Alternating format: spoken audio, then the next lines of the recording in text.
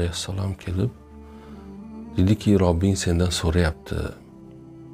Ya'ni menga aytdiki, borib ko'r.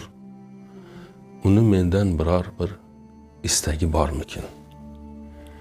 Halil Ibrohim alayhissalom javob beradi. U deydilar, ya'ni Alloh meni holimni bilib turgan bo'lsa, demak meni bir narsa so'rashga hojatim yo'q. Ya'ni zotan Alloh meni bilib turgan bo'lsa, men nimani so'rayman?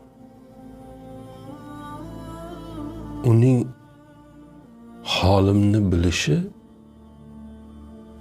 meni bir narsa so'rashimga to'sqinlik qiladi deydi.